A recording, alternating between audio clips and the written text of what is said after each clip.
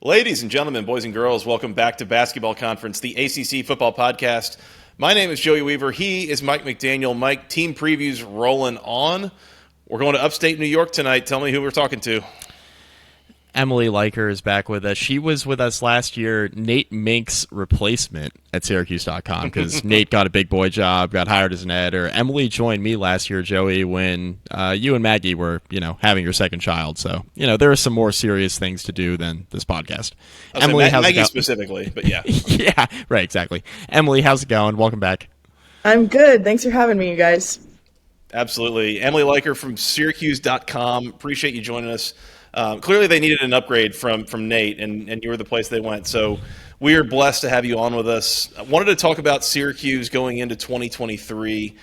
The place that we always start here is a coach and tenure check-in, and I feel like we asked Nate for multiple years before before we started bringing you on about is Dino Babers on iffy footing? Is he not? It seems like he was okay, but the more that this goes on and the more seasons that kind of pile up, we'll say, with subpar or kind of like middling or subpar records.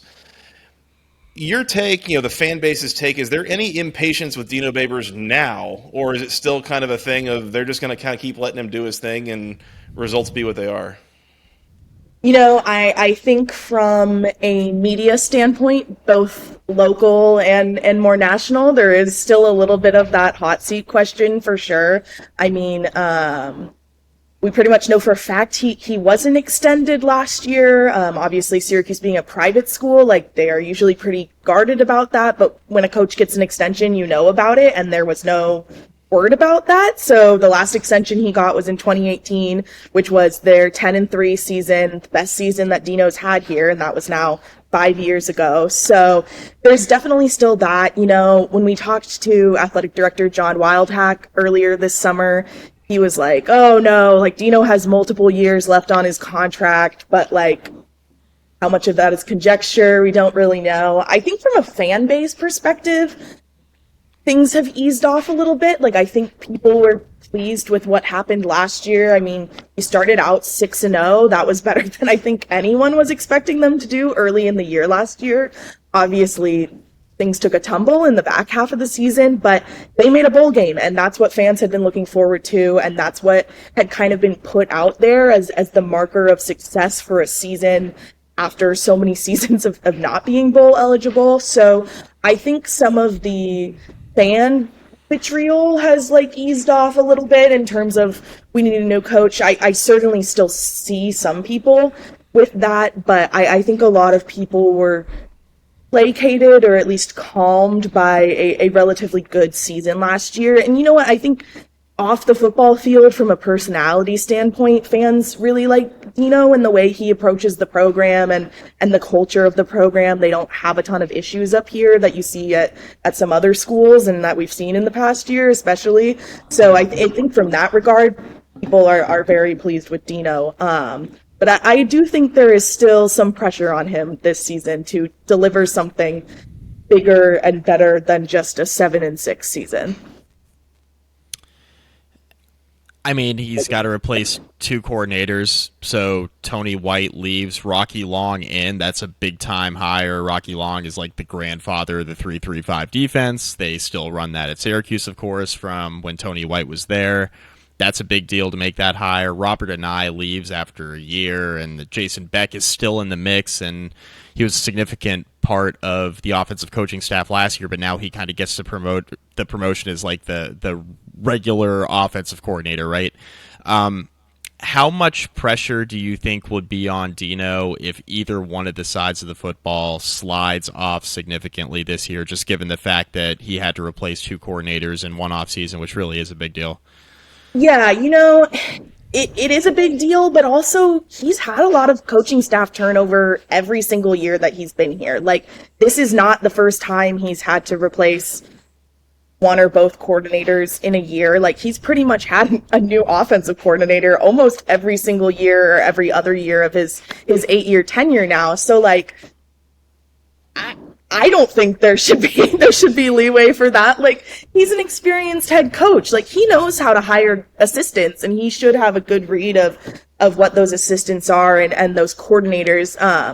I think with the coordinators he has, I don't think that's a concern. Like you said, Rocky's, a veteran. Dino has consistently called him like a second head coach on the field. Obviously, he has head coaching experience. And, Jason Beck, this is his first Power 5 coordinator gig, but he's kind of been running an offense alongside Robert and I for years, and he knows what he's doing, I think, and all the players seem to agree that he knows what he's doing and are very excited for his offense. So I don't think that either of them are going to be a problem, or would have, I guess, like any of the blame shifted on them if things were not going super well this season. You mentioned the frequent turnover in coordinators, but the interesting thing to me is that I don't recall that Dino has been firing a bunch of these guys. It's a lot of them leaving trying to go elsewhere.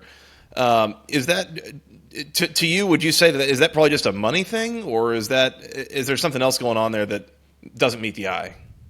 I do think it's a money thing. Again, with Syracuse being a private school, we don't really get these guys contracts, so it's hard to tell. Like when Tony White goes to Nebraska, and we know he makes over $1 million there now. Like he certainly wasn't making $1 million at Syracuse, but we don't know what the differential in pay grade was there. I think that's part of it. I think exposure is another part.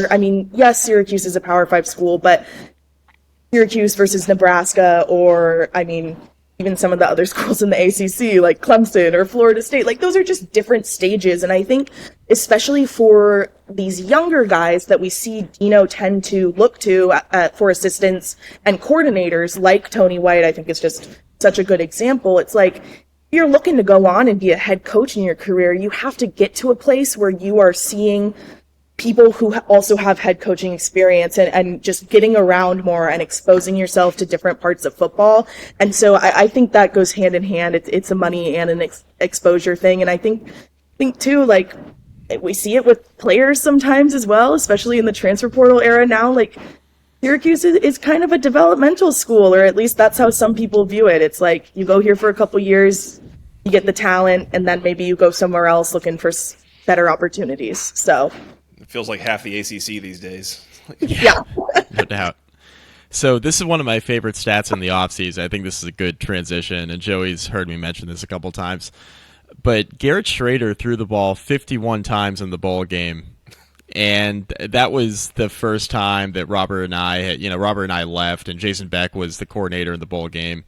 Shrader throws the ball 51 times. That's 15 more times than his career high before that. Is that something we should expect now moving forward, especially with Sean Tucker gone and obviously a new offensive coordinator in Beck? Like, is this going to be more of a pass-heavy offense with Shrader, or do you think he'll still cater to his strengths as both a runner and a thrower? Because he has proven to be an effective runner throughout the last couple of years he's been starting for the Orange.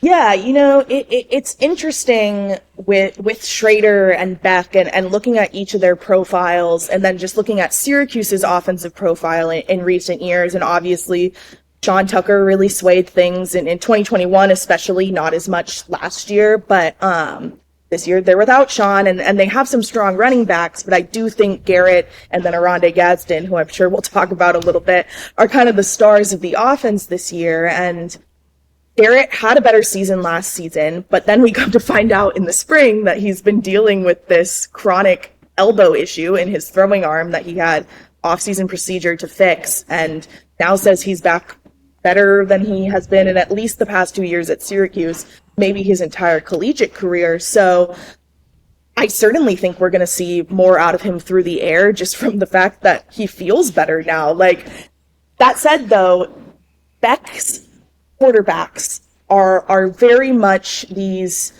not necessarily all dual threat, but they're multifaceted, and Beck does a very good job from the different people who've played under him and coached with him that I've talked to. He does a very good job making sure he's catering specifically to each of his quarterback strengths. And I do think Garrett is also a very strong runner. So I think we'll see both out of him, but I think overall the offense will certainly lean a little more pass heavy, especially once you get into like the thick of ACC play when they're potentially going against some stronger defensive lines that maybe their offensive line doesn't quite match up with.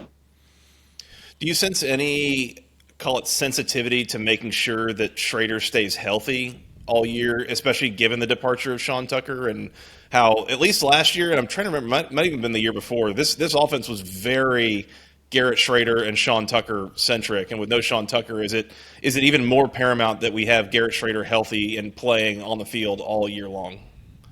Yeah, I mean, I think so. Their backup quarterback situation is like fine. Carlos Del Rio Wilson is the guy. He transferred in from Florida last season. Played a couple games when Garrett was battling a lower body ankle injury, we believe, in the late half of the season. And he's fine, but he's certainly not a QB. He's not like developed enough in his career that he inspires confidence to have to lead this offense for like a significantly long period of time if Garrett was to be hurt. And I think just with Syracuse's experience of Garrett's health in the past couple of years, with this chronic issue he was dealing with and the ankle issues he dealt with last year, and just some little things that have popped up, I think there is certainly that caution around it.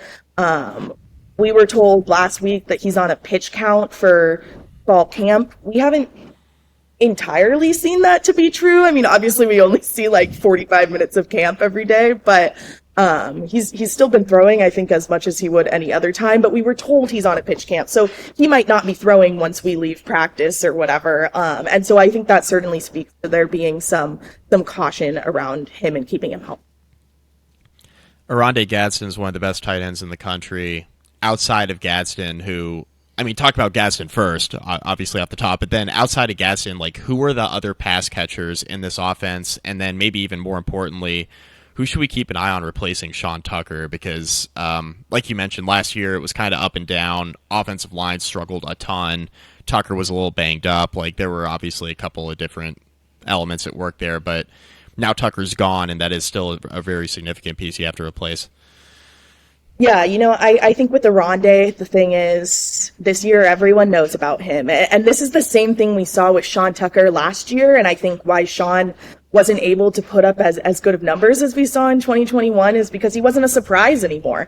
And even by game 6 last season, Oronde wasn't a surprise anymore. Like, you go back and you watch the end of that loss to Clemson, that was their first loss of the season, and Oronde's getting double and triple teamed across the field because they know if Shrader needs a target, he's going to go to Oronde. So, I mean, he's certainly still going to have a good season, and I think he's going to be able to really pad his stats in some of these first 4 games that they have against non-conference opponents and stuff like that. But I'm very curious to see, like, in the back half of the season when it gets more into, like, game against Clemson and the game against Florida State, or you got Wake down the line in Pittsburgh, how those defenses approach Gadsden, and how this offense, which a lot of the players so far have characterized as very creative under Beck, is able to still get Gadsden the ball when he is kind of a known target.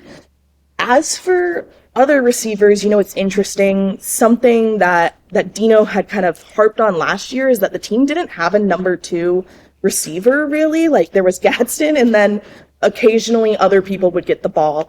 I think since then, we've really seen Damian Alford emerge as a target, but still he had like significantly fewer yards than Gadsden last year, so it's just kind of hard to gauge. I think he's definitely a name to watch. DeMarcus Adams is also another guy that I think could step into that role, but we're really kind of waiting to see with the receivers because there just wasn't any other show-stopping performance out of them last season that I think you can point to and be like, oh yeah, that guy's going to be the guy in 2023. Running backs, I think, was the next part of the question. And yeah, so they went deep in the running back room this past recruiting cycle and added quite a few guys. They have like 6 or 7 guys in their running back room now, which just feels like a lot compared to where they were at last year.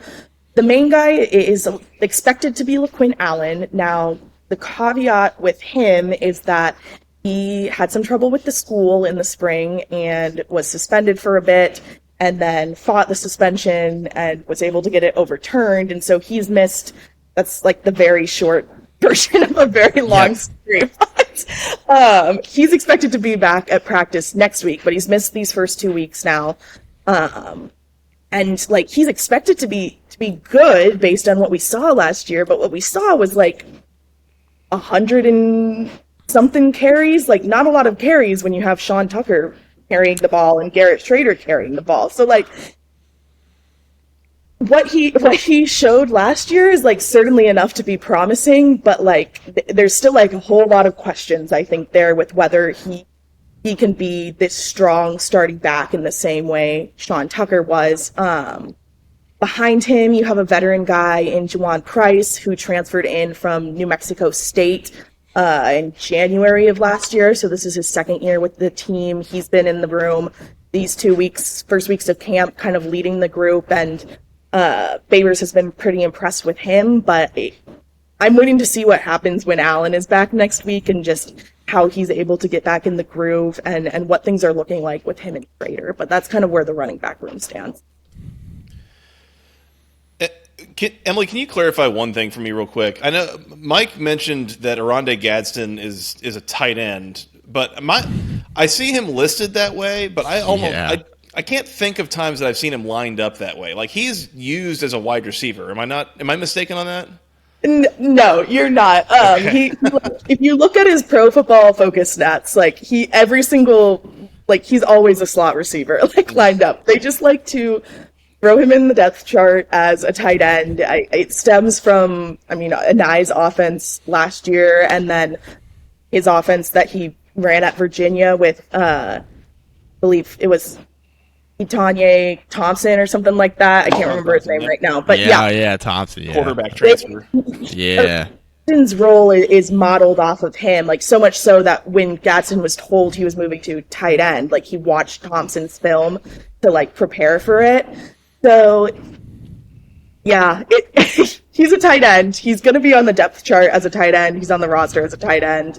But he certainly is used more in a receiving role. I know he wants to work on his blocking. He would love to be included as a blocker. He said he wants to get better at that, but they certainly have him in there just kind of as like a sneaky way of labeling him, I think. Sure. He wants to get better at that so he can get paid at the next level. That's what I would say about that, Joey.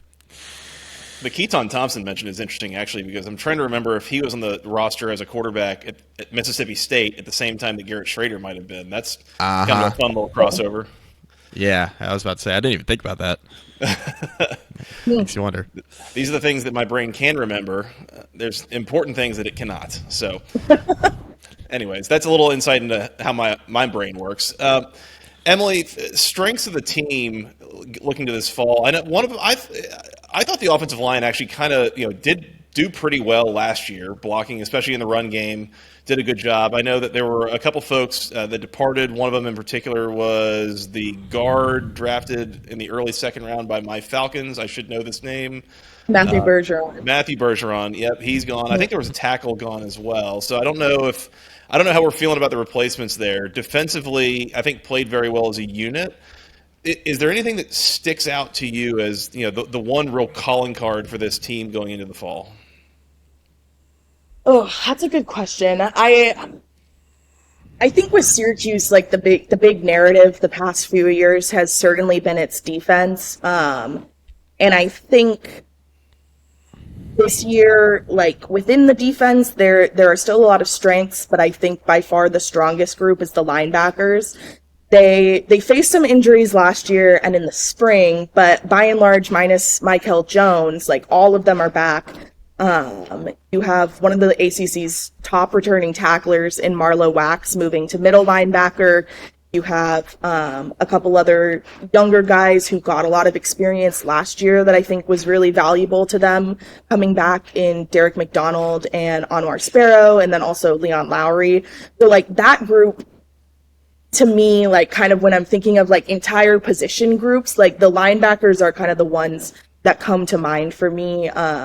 Certainly on the defense, but I think just also on the team overall, because yeah, like Garrett's strong and like Aronde's strong, but like when I'm thinking of like an entire unit, like the linebackers have the depth and the experience that I think if something does happen with any of them, knock on wood, it won't for their sake, like they will be the most okay of any of the positions.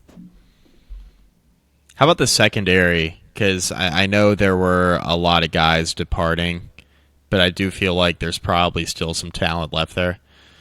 Yeah, so the secondary, it's kind of split. They're like three starting safeties return, namely Justin Barron, who's kind of been an anchor for them in the secondary these past couple years. He's a captain now.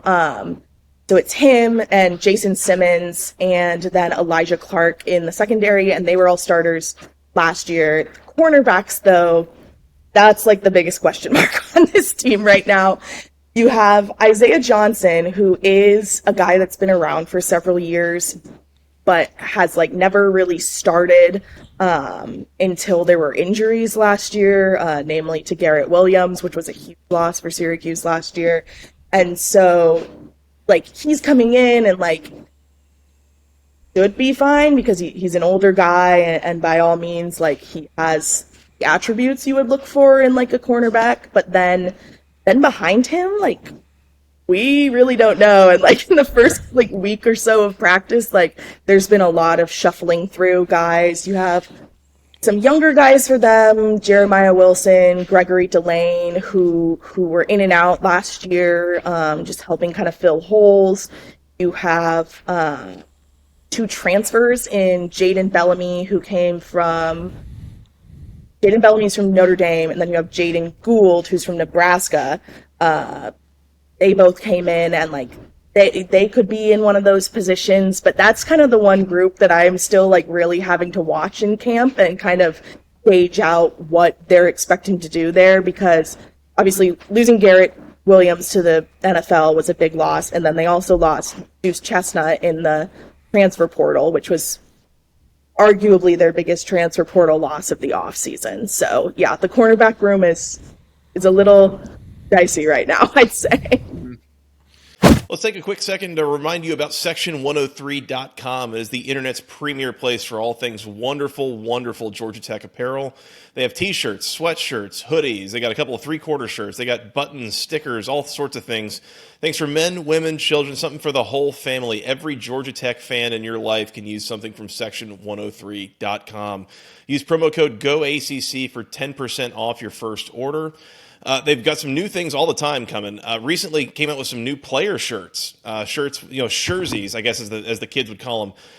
Things with a logo on the front, a number on the front, and a number on the back, along with a name. They got shirts for both Zach Pyron as well as Dante Smith, who kind of project to be Georgia Tech's starting quarterback and running back this year. So if you want to support those players, I believe they get some NIL money out of it too. So just keep that in mind for what it's worth. They've got the Juniors Grill shirt. They've got all sorts of great products there. They've also recently come out with a clearance section. So if you're looking for some t-shirts or a couple of hoodies for a slightly lower price point, go check out the clearance section. Once again, it is section103.com. or at section_103 on Instagram. Give them a follow. Check it out. All things wonderful Georgia Tech apparel. Again, using the official team colors, the official word marks, everything. It is all officially licensed. It is super comfortable, super high quality. I love mine. You will love yours as well. Check out the performance wear if you're looking for things to keep you cool here during the summer. In any case, one more time, that is section103.com, the internet's best place for all things wonderful Georgia Tech apparel. That's it for now. Let's get back to the show. Aside from corner, is there a group that you can think of on this team, Emily? And I'll preface this by saying one of the first teams I think of in the ACC that really this question applies to heavily, and correct me if I'm wrong, but it is Syracuse, where oftentimes I feel like the starting 22 that go out there are pretty solid, pretty serviceable within the ACC, but the moment you start dealing with injuries, all of a sudden, the backups, the depth is often not quite there in the way that it might be for other teams. Is there one particular area on this team you can think of, and it could be corner, it could be elsewhere, where you feel like the starters are really solid, really serviceable, but if there's an injury or two here, it's going to be a bad situation? Yeah, that's definitely the case. That's been the narrative around Syracuse football, at least for like the past 2 to 4 years. Certainly last year it was the case, and why they slid so much at the back half of the season.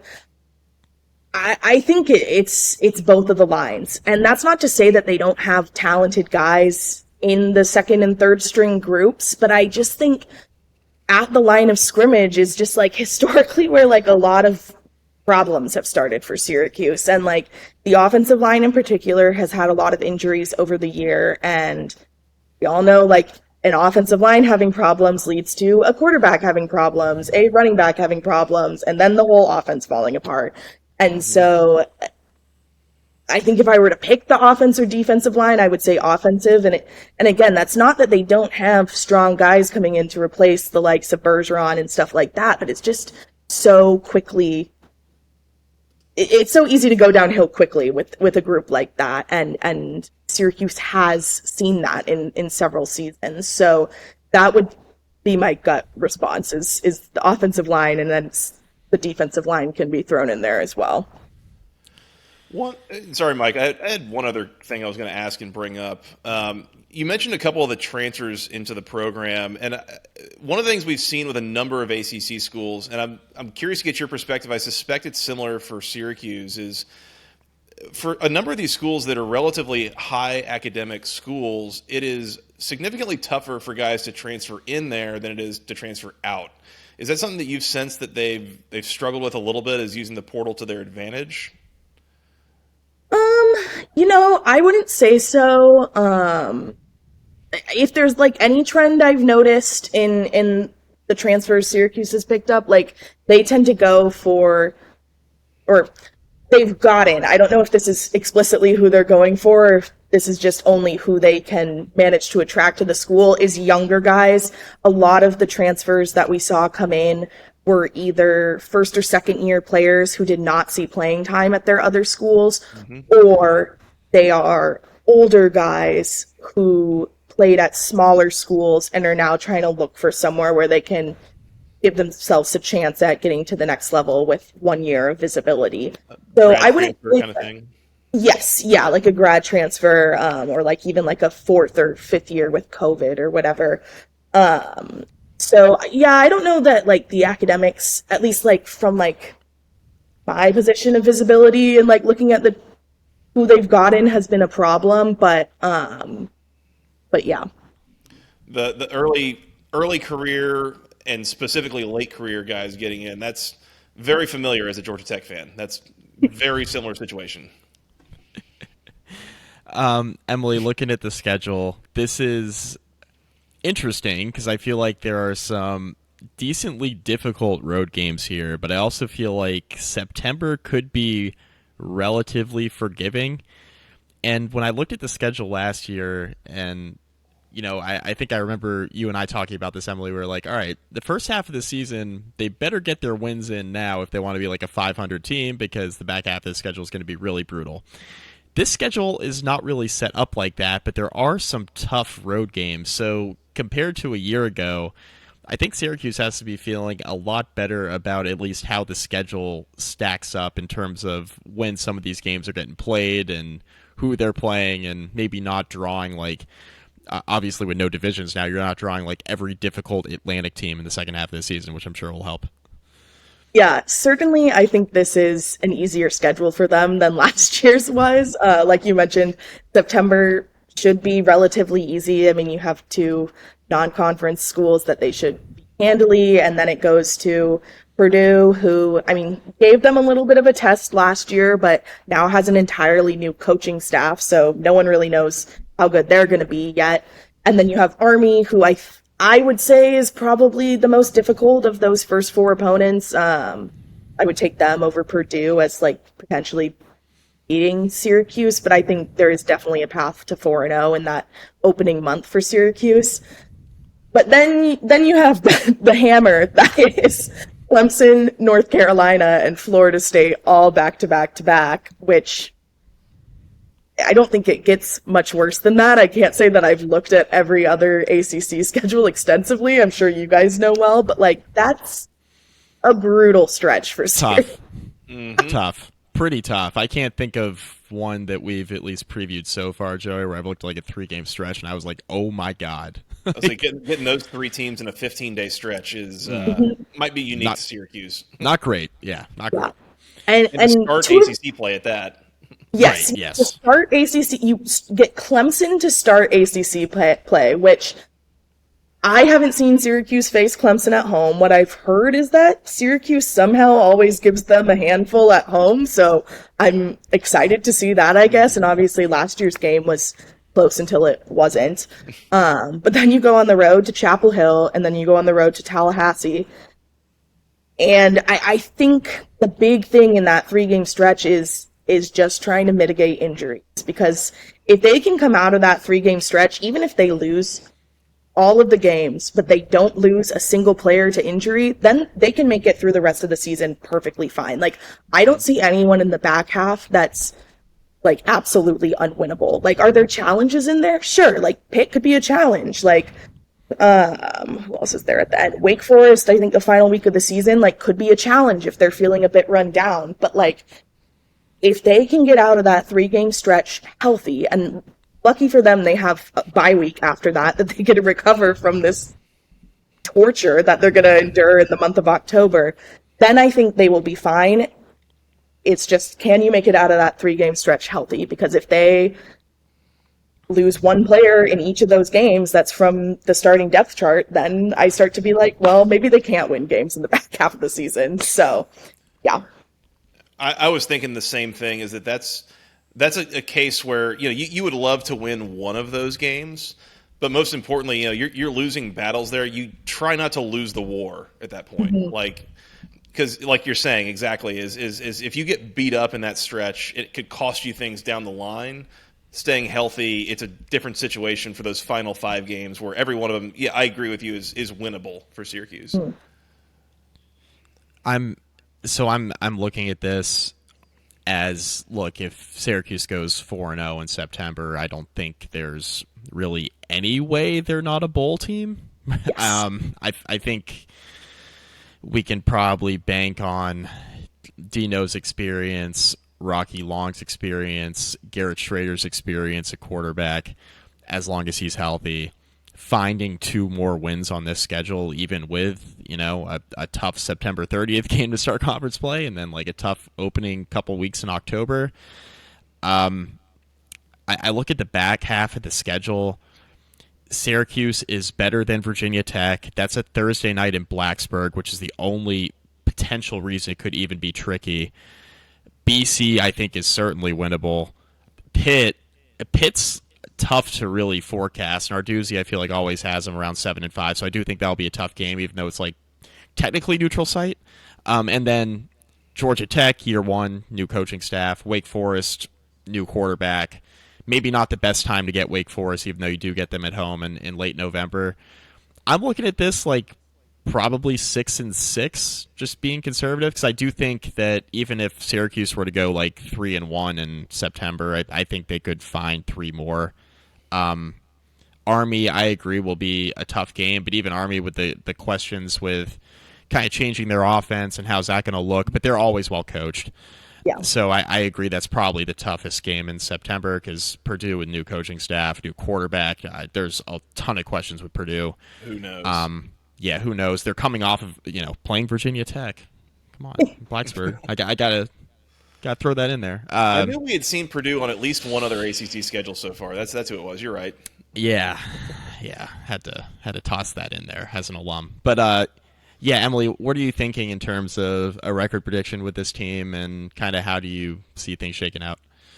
Yeah, you know, you said 6-6 conservative. I think I go 7-6 conservative. I think anything less than 7-6, barring absolute disaster in that midseason stretch, like, would be disappointing looking at the schedule. Like, it's just hard to imagine coming out of those first 7 weeks 4-3, maybe 5-2, and not being able to win another 2 to 3 games, maybe even 4. Like, but just so much of it hinges on that middle section. And I know it's like so hard to like be like, oh, well, I don't want to make a prediction because we got to wait for those middle teams. But I think 7-6 is reasonable for them. And I think that should be the bar. I don't think it should just be a .500 season. Like, anyone that says they're going to be satisfied for Syracuse with a 6-6 record, like, you got to set your standards higher. in year 8. I think we said it is under Dino or whatever. Yes, Yeah. year 8. There's just it's year 8. You got to do better than 6-6 in year 8, and I especially think that's fair. schedule. Yeah. I think that's fair. I mean, even the Carolina. I mean, I know Carolina's got Drake May, but like Carolina is known for throwing up a clunker or two under Mac Brown. Like Syracuse could absolutely go into Chapel Hill and get him. Like I know that's a tough stretch, but Yeah, that's like my upset sleeper pick is that I'm like I could see it happening for them in Chapel Hill, and if it does, great. If it doesn't, I don't think it's the end of the world for making it to a bowl eligible season either. So no, agree.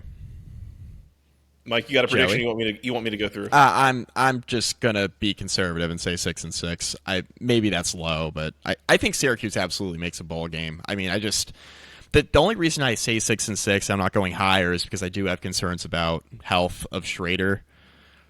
But I mean, that's always a concern, and he usually is healthy for most of the year. So I don't know.